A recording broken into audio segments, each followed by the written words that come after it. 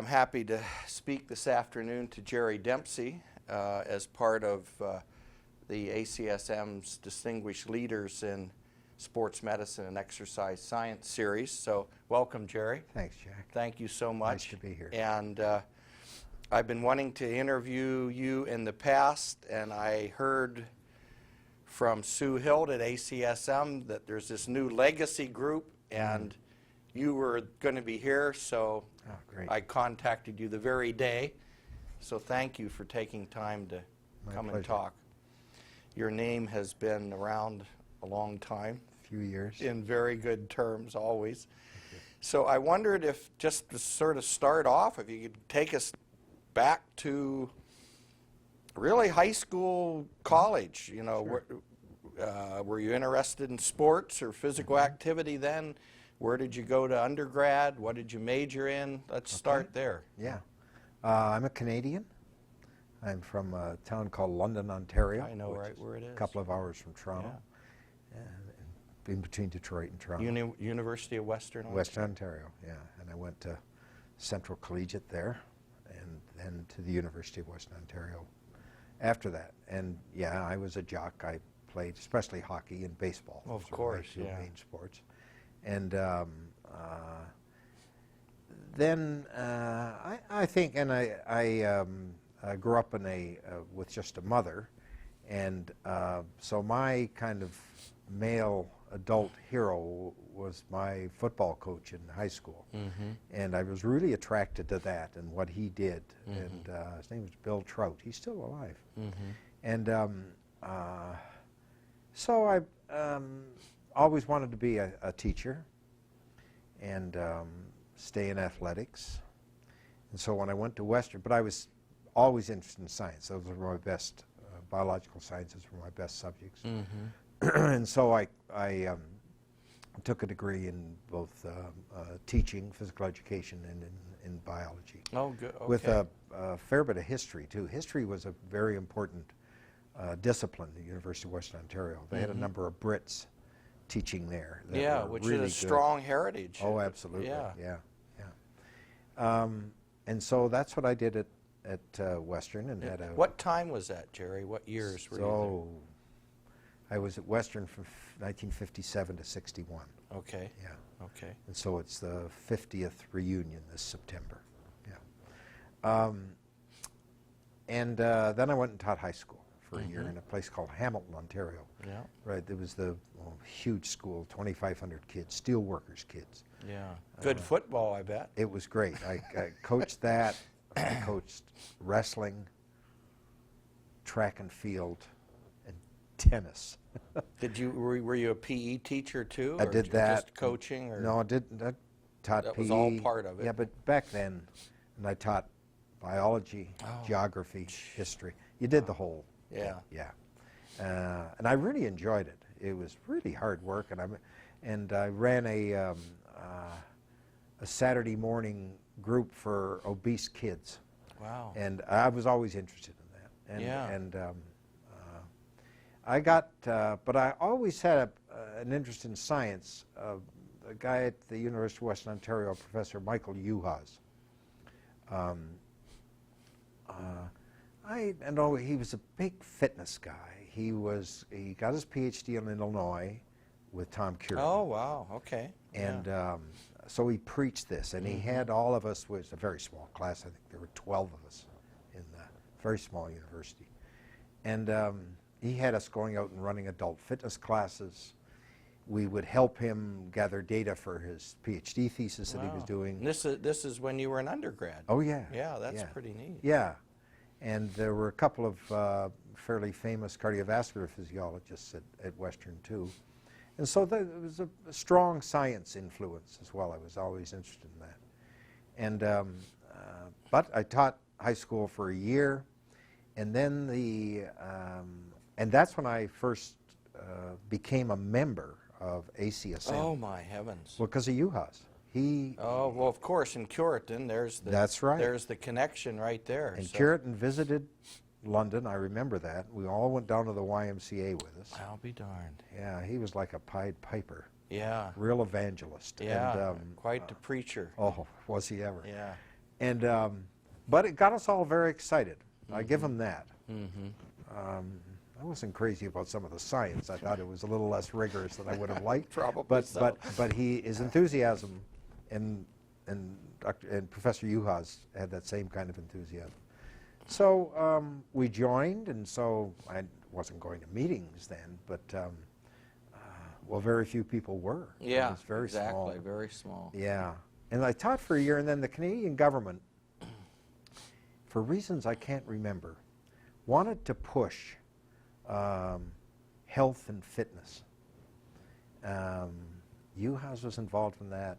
A couple of guys, the 5BX plan was an exercise program that came out from the I've heard of Canadian it. Air Force. Yeah. A guy named Bill Orban, he was big on this. So it could have been part of that, could have been the reason. The Canadians were ahead of the U.S. for sure. Yeah, at least in that regard, in weren't that they? regard with the fitness. And so they put out a group of scholarships for people who wanted to study this to go to school. And I found out about it indirectly. And a professor from the University of Alberta, Max Howell, an Australian. I knew Max very well. Did you really? Yes, I did. Well, he did history. He Yes, did a lot of course history. he did. Well, he Yeah. wasn't doing that then, but he Okay. did later. Yes, Sure. well, he wrote a lot of. He's very prolific, wasn't he? Wrote all Yes. kinds of books on it. Yeah. And then I think the woman he Reed. married, yes, also was doing Yeah, I that. knew them both quite well. Yeah. And so he was in Hamilton, came to Hamilton for some reason, and went out to lunch with him. I don't even know how he contacted me. But so I ended up, I was a one-year wonder teaching high school, and I went to the University of Alberta after that. Oh, so you went there. Oh, did you do a master's or Yeah. just go straight through? Masters. Or what? Masters. Okay. Yeah. In exercise Yeah, physiology? yeah. Okay. And while I was there, I met a guy, his name was Brian Spruill. He was a respiratory physician and interested in science. He'd done his residency with Jerry Mitchell in Right. Dallas, Texas. Okay. And they published a famous paper in 1958 called The Physiological Meaning of the Maximal Oxygen Uptake. It was Mitchell, Spruill, and Chapman. It's a classic. And I'd heard about this. I said, God, this is the Spruill guy. So I kind of attached myself to him. Every chance I got, it was a small university. And, but I did my master's thesis on obesity. I was still very interested in that. It was training obese people, students. I went to the registration line and picked them out I'll the be first day. darned. Yeah, all This of is before human subjects Oh, yeah. reviews and I all that. I don't ever remember writing up a. I'm sure I didn't. I Sure don't think you would have. No. Yeah. No one did. So that was a really neat experience at Alberta. 2 thanks years? to people, just a year, Just a a little year. over a year, and people like Max Howell and especially Spruill really got me fired up. The only thing I regret with Howell is he was a terrific athlete. Yeah, rugby, I Well, think. he was the youngest, I Yeah. think the youngest player on the Australian national team ever. He was 19 or something. We played squash every week. I was as fit as could be. We played squash every week. I never beat him. Wow. We left there, and I felt so bad about it. And he kidded me when I saw him years later in Australia. Anyway, What year did you finish your master's then? 63. Okay. All right. What's the next step? Yeah, so the next step was I was still interested in obesity. There was, I wasn't sure that I still wanted to go further into school, but I still had this really interested in science. I applied for a couple of football coaching jobs. I remember, thank God, they never even wrote me back. But there was a guy at University of Wisconsin who was studying juvenile obesity and why it was so resistant to treatment. It was an international center for the treatment of obesity. And I said, I wrote to him Yeah, sure. and heard back, yeah, come on down. And so I went down and enrolled in a graduate school there. And I worked a year with him on fat cells, What department was that in? medicine. I'll be darned. Yeah. Okay. But I was enrolled as a student in the Department of Physical Education, but I Okay. worked with him. Okay. And it was interesting work. I mean, the questions were interesting, but the work was all bench lab work. It wasn't physiology. It was more looking at cells. And I was bored by it. It was interesting stuff he was doing. We got some interesting findings. Too minute. Yeah, I think so. And it wasn't really function. It was more morphology than it. And while I was there, I met a Scotsman, a chest physician by the name of John Rankin. And, oh, he's a terrific guy. He So that's the John Rankin that's lab? the Rankin Laboratory. Oh, we'll yeah. get there. But Yeah. Okay, I thought I recognized the Yeah. name. And so after 1 year of doing research, and we published a couple of interesting papers from it, I learned quite a bit from it, I went over into Dr. Rankin's lab and started with him. And then just at the end of my first year there, and things were going really well. I loved it. I was learning a lot of stuff and doing some pretty good work. And Bruno Balke was hired by the university. I was going to ask you if Larson and Balke were there yet. Oh, yeah. Well, Larson was there long before that. The head of Balke, yeah. But Balke was recruited along with Fran Nagel. Oh, yeah, Yeah. sure. Wow, And, right place at the right time. Yeah. And he wasn't a respiratory guy. Because Fran was in physiology, right? Oh, yeah. Yeah. Oh, actually, Balke had a joint appointment. Balke had a joint appointment. Yeah, okay. Fran had a joint appointment as well. Fran and I are very good friends to this day. And so, Bruno, did you know Dr. Balke? Yes, I actually did get to meet him, and he actually reviewed most of the chapters in my book. Oh, did he really? I'd send them out to him. He would send them back. I'm Yeah. sure he wasn't hesitant to No, correct he you. was great. So was Tip, by the way. Oh, well, the both of them, yeah. Yeah, they drive you crazy. But he, I don't to this day recall inviting him to come over and help me collect my data.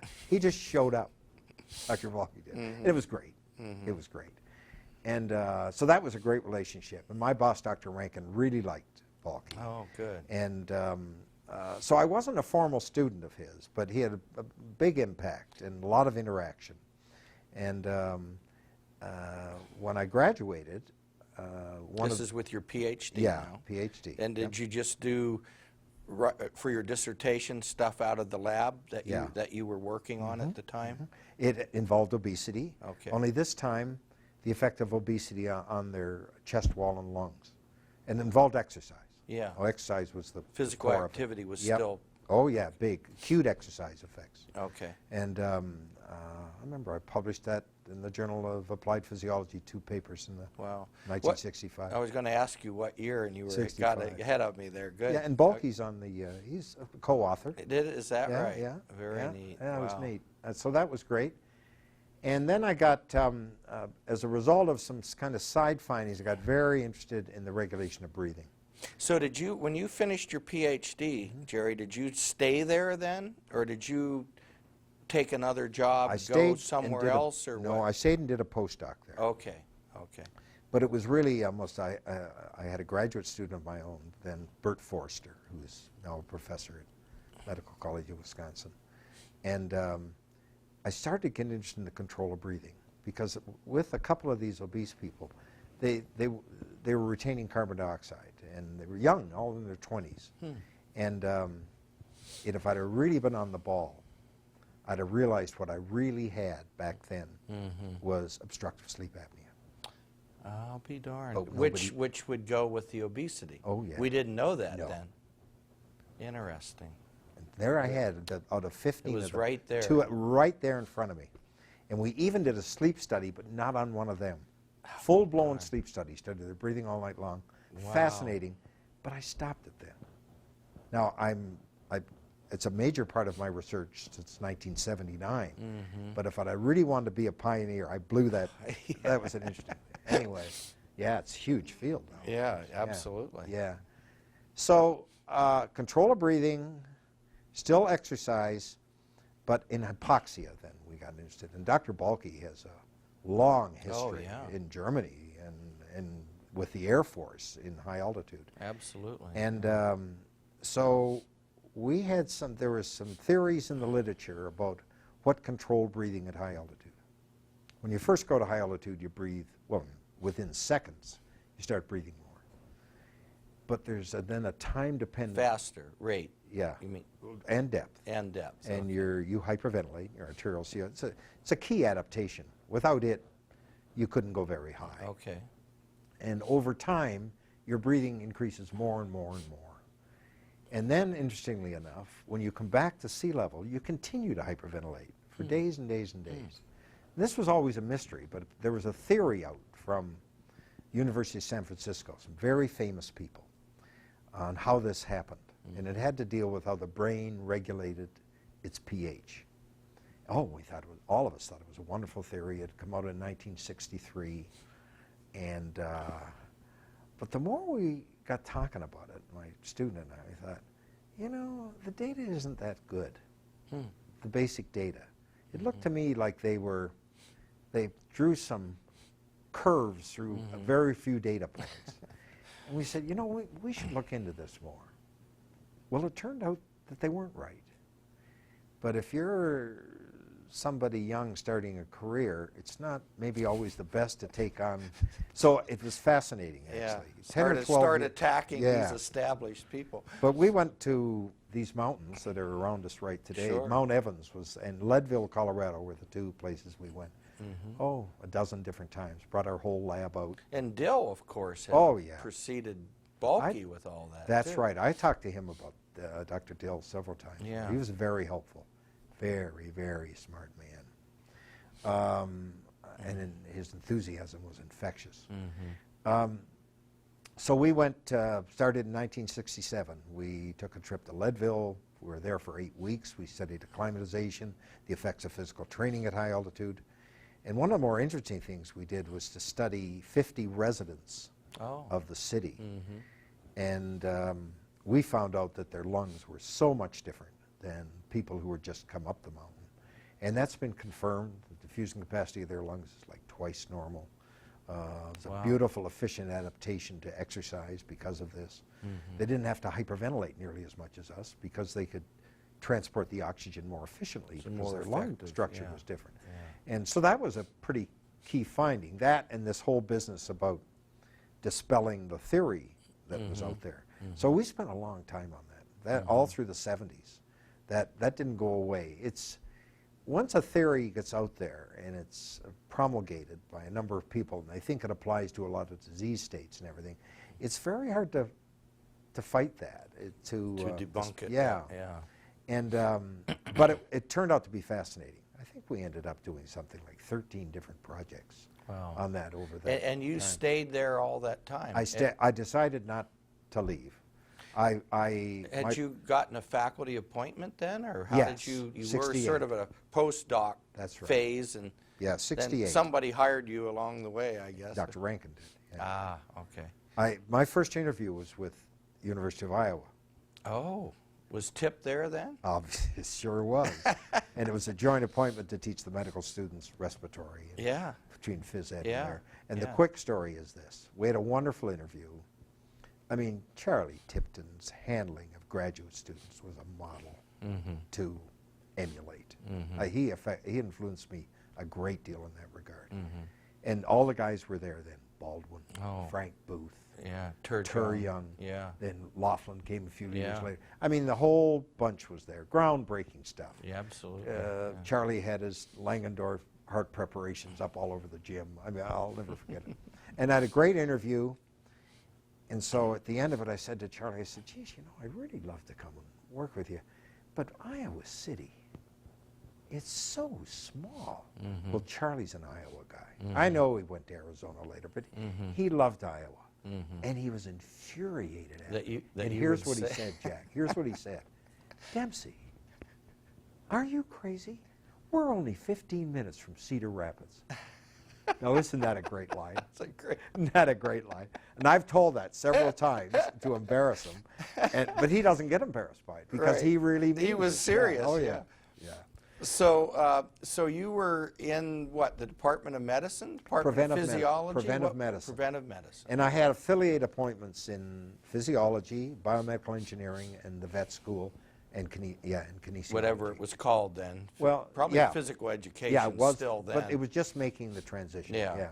So I had it in all those departments. And Leonard and Leonard all was those, still around. And Balky was still there. Yeah, Balky retired in '73. Now, did you get involved in the beginning of MSSE when Balky was editor and all that work? Yeah, I mean, Right. he involved all of us. We were all working for the college. Okay. Oh, I was on personnel committee, I think, 15 years or something. Wow. Because that was something you had to deal with it every week. Well, yeah, at that time, ACSM was located in the stadium, right? Yeah.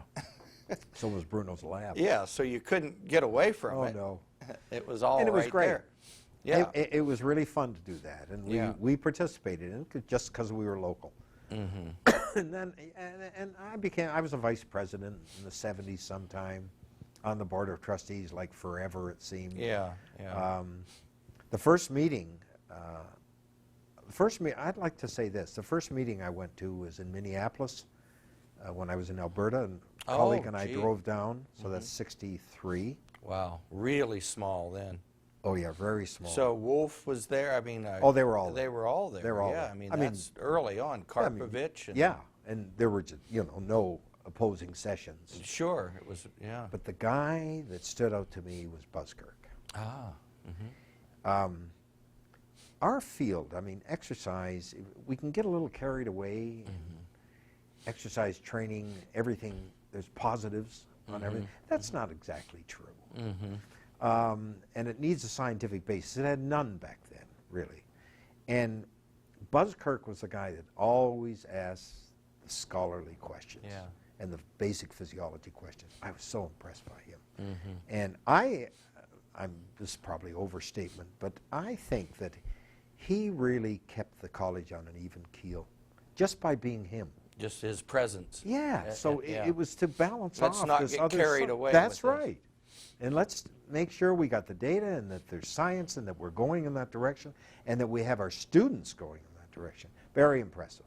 And so that was a major influence on me. I didn't join the American Physiological Society till late 60s. So ACSM was it. Was it for me, was it for quite a while, huh?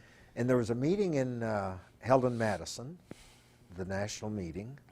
And just to give you an idea, I don't know how many people were there, but I can remember two instances from it that told you how small it was. One, we had the social activities one night in my friend's house. Right. And everyone came. Everyone came. It was easy. He had lots of room. The second thing was, something was going on one afternoon, and it was announced at noon, we've decided to put off the scientific stuff till tonight. Everybody okay with that? Yeah, sure. Everybody showed up. Oh, I mean, how fantastic. casual was it? Yeah. And it was good. There was a lot more interaction back then. A lot more controversy. And we're just really getting started. So that's great. Good memories. Yeah, that's that awesome. So eventually you go on, just sticking with ACSM, a citation winner, an honor award winner. You've really been recognized, rightfully so, for your great contributions. Well, thank you. That's nice to have that. But Yeah. And I remembered you more recently as editor of Journal of Applied Physiology. And so how long have you been at that? That's a 6-year job. Okay. And before that, I was an associate editor Okay. for, I think, about 10 years. And I was an editor with the Journal of Physiology. So, somewhere along the line, you have to make a contribution to your profession. Yeah. Outside your own school. And that's what I decided to make mine like that. Yeah. And over the time, you must have had a pile of students. I've had 68 pre and post. I wasn't going to ask you that specifically. You knew the answer, though. Yeah. Oh, they're like family. I mean, Yeah. Wonderful kids. Yeah. Postdocs and Pre-docs. pre-docs. Yeah. And quite a number of undergraduate theses. That's not counted in that, as well. In fact, we were out to dinner, 11 of us, last night. Oh, nice. And a number of them were there, and a couple of them brought their students. It's nice. Yeah. And what Charlie Tipton, when we get together, that's what we talk about. Yeah. That's Well, it's stuff sort of like like the thing he had the other night. Oh. With That's terrific. where 40th his year. student brought other students, Yeah. and very, very neat. Lovely. If we could have heard a little bit. It It was would have been so better, noisy yeah. that Yeah, it night, was, but yeah. that was very nice. So, have you retired? Yeah, 2 years ago I retired. I'm emeritus. But so I still don't get, probably doing a lot. yeah, I have 2 labs. We had 3 before, but the exercise stuff is all done now. So I study, my main love is still respiration. Mm-hmm. So one part of the research I do is on animals, and it has to do with chemoreceptors. Mm-hmm. And we've been very active in that. And the other side is something I started in 1979, finally, is sleep apnea. Oh, yes. The causes and consequences of it. And that's been a major part of my research for 30 years now. And I imagine some good funding available for that now. Oh, yeah. Compared to maybe what it was like. Well, we got in on 20 the or ground 30 years floor, ago. which was a little after the mid-'80s. And we had what was called a specialized center of research. So that was well over $1 million a year. And this is at still Rankin? Is that well, he was passed away by But the then. name, though, Oh, yeah, we named is the lab still after him. Yeah. In fact, it wasn't named that till he died in 1981. We named it after him. Okay. Yeah. And so, but we got together then, because I was in preventive medicine, we also got together with some epidemiologists. And so a group was established called the Wisconsin Sleep Cohort. It was the first epidemiologic study of sleep apnea. And so the first prevalence numbers came out of that. So that put it on the map. If you're the first one to describe it, and it was in the New England Journal of Medicine, all that jazz. So that was very big. And that's still, that same study started in 1988, is still going on. Oh, so now wow. they have Nice. morbidity and mortality data. Well, there are big cardiovascular consequences of severe sleep apnea because every time you stop breathing, your oxygen saturation goes down, then it jumps back up again. This is a big inflammatory mediator. This is hard on you. Oh, very hard on the blood vessels, Yeah. the heart, on the autonomic nervous system. Okay. So that's been a fascinating trip. So Did you guys then, way back when, make the connection that you missed earlier with the obesity? I regret that. Yeah. Yes, of course we did. You did, yeah. But others were already nibbling away at that. Yeah, we were hardly the first. But that's fine. Yeah, That's okay. yeah. Our contribution has mainly been on another kind of apnea. That's the central apnea that you get from in heart failure when you go to high altitudes where you breathe periodically. That's been our major contribution. I'm still working on it. We're now working on different treatments for sleep apnea. So you've retired, but you haven't.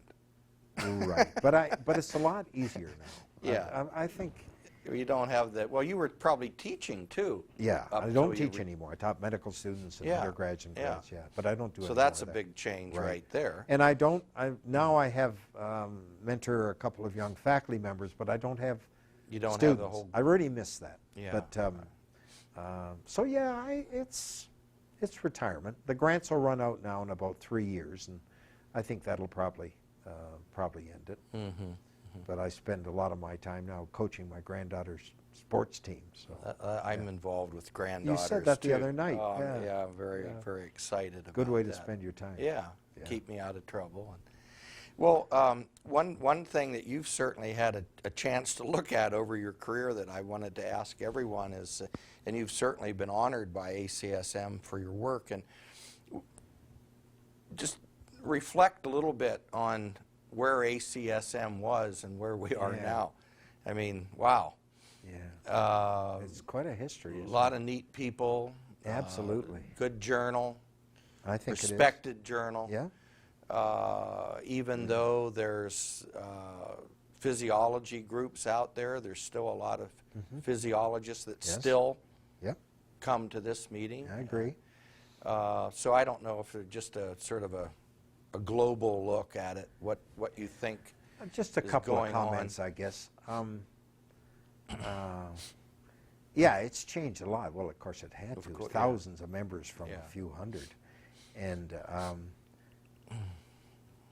I remember a time in the 60s when you couldn't present animal research at this meeting. Tipton told me. Yeah. I remember, Famous I'll story. never forget it. Golnick and Wherever we were, and Hugh Welch and Golnick walked in the lobby, and I said, "Hey, boys, how you doing?" He said, "We're mad. he's got this really neat data about lactate uptake in muscle, which was, wow, uptake, what about production? I mean, this is new stuff. And he said, they're not letting us present this there. You know, that was Dr. Balke, by the way. Was He it didn't really? want, he didn't want animal work. He didn't- wanted I human maybe stuff. Tipton, I guess, did tell me, but I had forgotten. He was a Yeah. major mover in that direction. but they lobbied for it, and it was a democratic process eventually.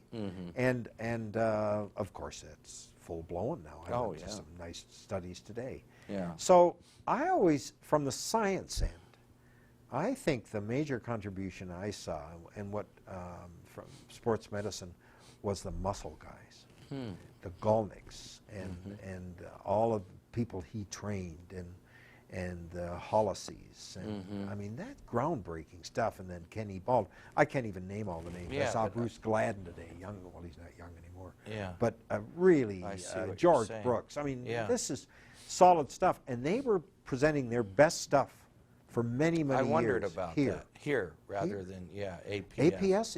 APS, good. Yeah. And it's gotten even better. I go because, well, I'm a member and I'm an editor. sure, And so sure.